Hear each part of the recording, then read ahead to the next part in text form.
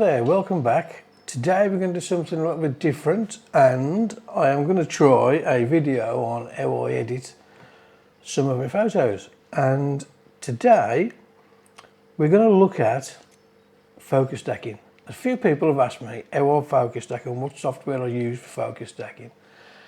And I only use Lightroom and Photoshop. I'm cheapskate and that is it.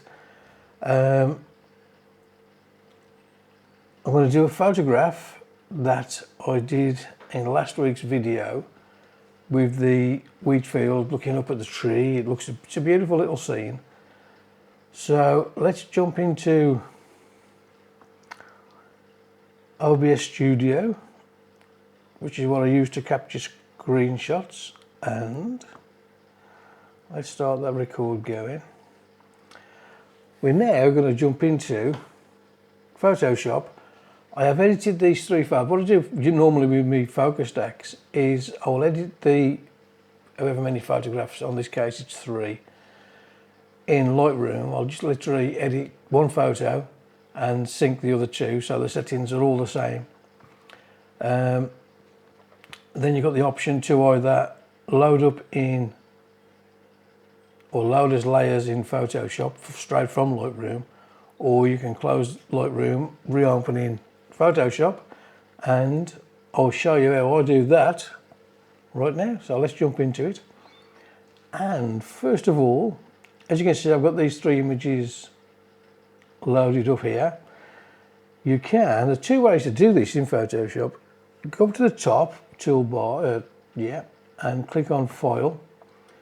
Scroll down to Scripts, and then Load Files into Stack.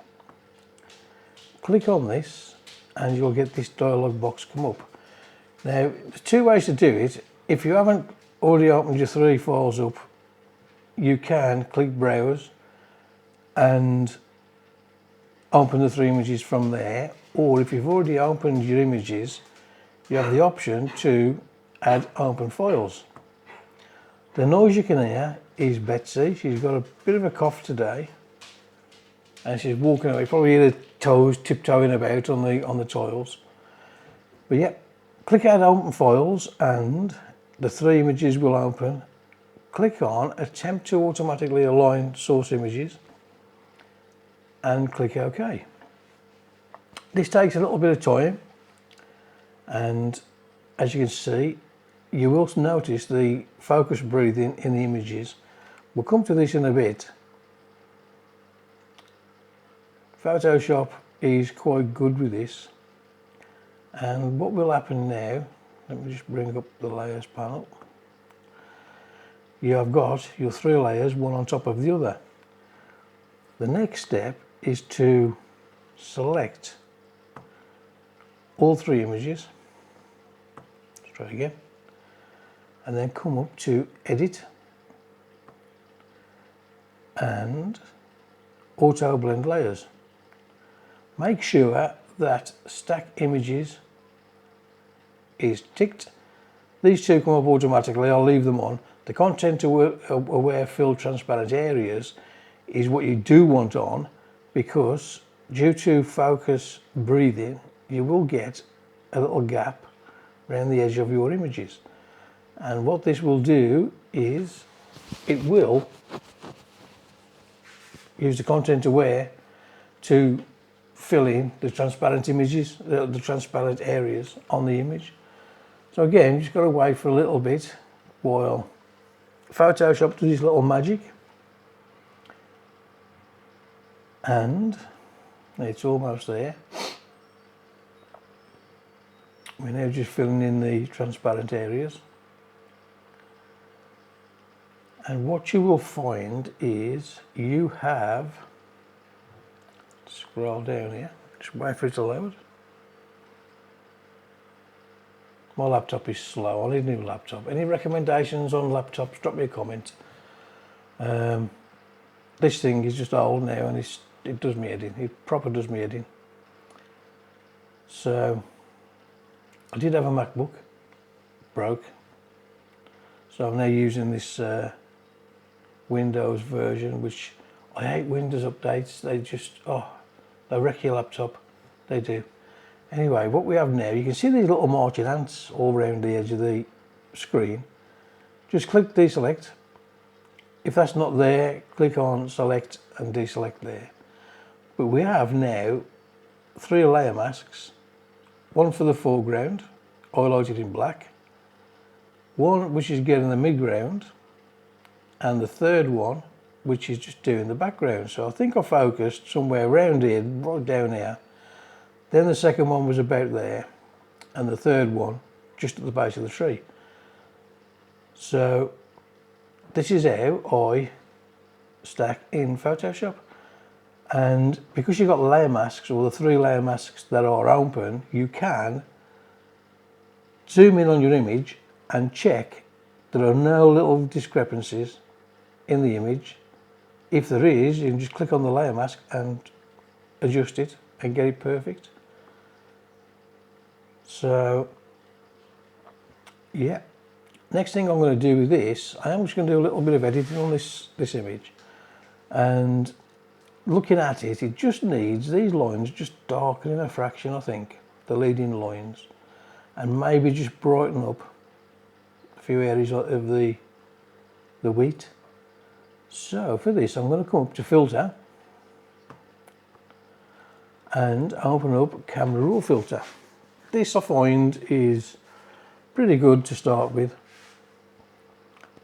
I don't do much editing on the photographs that I take. I do try to get everything good in camera, and it is just small adjustments. And as I say, I can use Photoshop and Lightroom. I'm not the best like some people, but I can get by, and the images do look okay.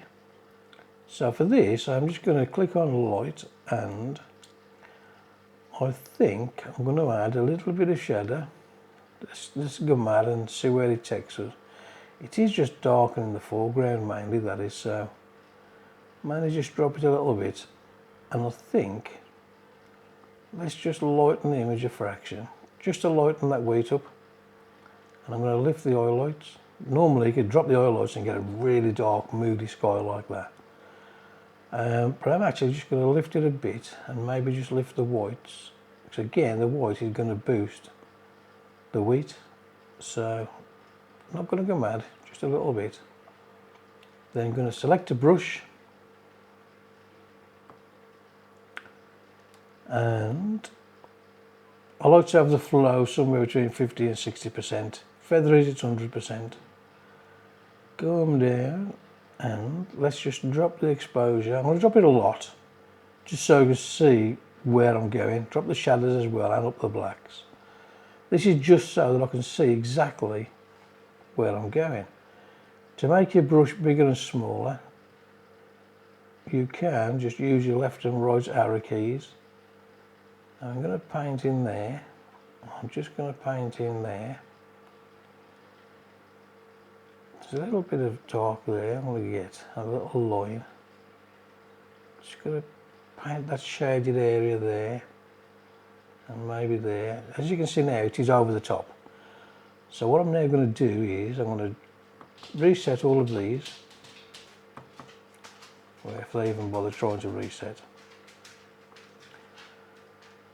and then just readjust.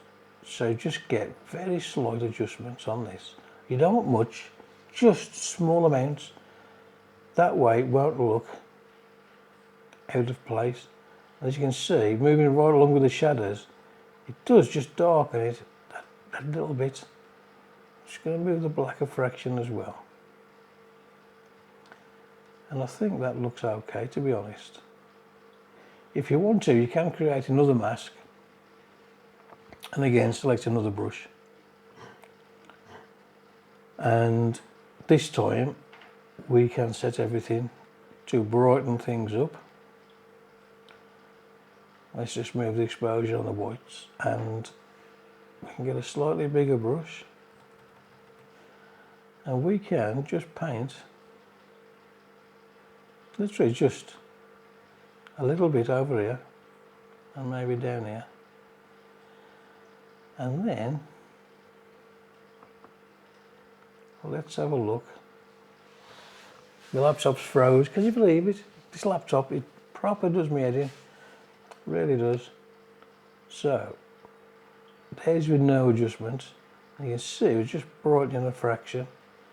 And that's all I want, that is just that little tiny bit that's only just about visible to your eye. Just make it pop that little tiny bit. So let's click OK, go back into Photoshop and give this a couple of seconds. It will do its magic and apply those little touches.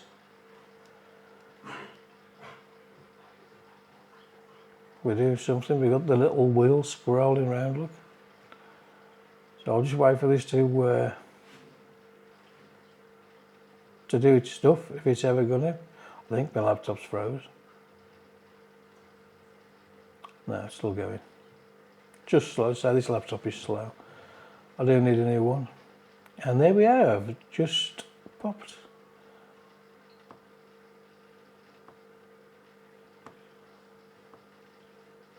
Looks pretty nice. And that is how I focus stack my images. They do look, let me click that back on. It does just help get sharpness from the bottom of your image straight through to the background, and it will improve your images tenfold. Rather than just pick a point, let's say a third into the scene, which hyperfocal distance tells you it's roughly a third. You'll start off soft underneath the camera, get sharp and go soft again. Whereas focus stacking, you can get everything throughout the scene, pin sharp, looks beautiful. Give it a try. If you like this video, please give me a thumbs up and subscribe. We can do it all again next week when we'll be out somewhere with Betsy, hopefully. Betsy's having a bad day again, but hopefully she'll be all right soon. Yeah, thanks for watching and I'll catch you next time.